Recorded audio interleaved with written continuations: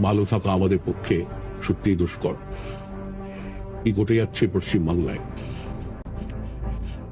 সন্দেশখালিতে যে অন্যায় করেছে তৃণমূল, তার কোনো ক্ষমা নেই।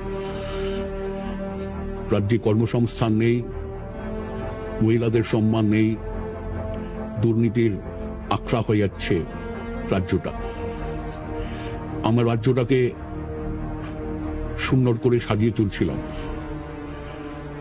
আমরা বলেছিলাম শিল্প হবে, কৃষির উন্নতি হবে, ছোট ছোট ছেলে মেয়েদের চাকরি হবে।